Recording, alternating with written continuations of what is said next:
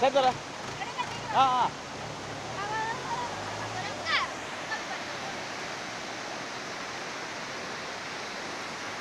வணக்கம் நண்பர்களே.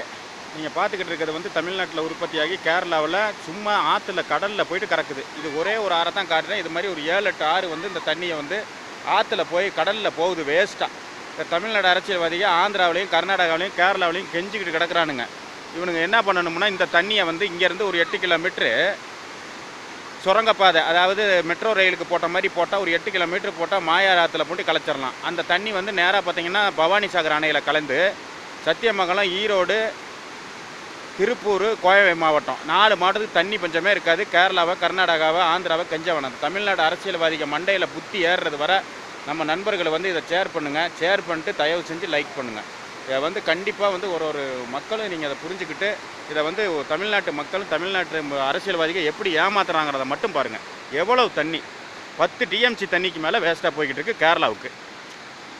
ஆனால் கெஞ்சினான் கர்நாடகா, ஆந்திராவில் போய்ட்டு கர்நாடகா, ஆந்திரா, கேரளா கிட்ட போய்ட்டு கெஞ்சினான். ஆனால் அவனுங்க வந்து இந்த தண்ணி இவ்வளோ தண்ணி கேரளாவுக்கு வேஸ்ட்டாக போய் கலந்துக்கிட்டு இருக்கு.